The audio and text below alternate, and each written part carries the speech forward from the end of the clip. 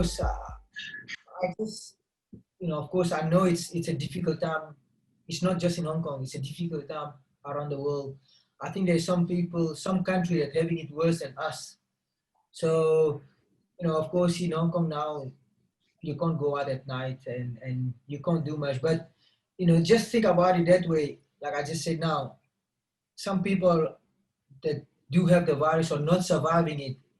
Imagine those people and their family, how they are being, and how sad they must be. Or, you know, for us, what we are having here, I think it's still pretty good. Of course, we do have a bit still of freedom. We can still go out a little bit, or the restaurant are still open during the day. So it's hard to not go out at night for some people that, the single boys, they want to go out. But, sooner or later, let's hope this will be over and we will be safe again, and then life will just be normal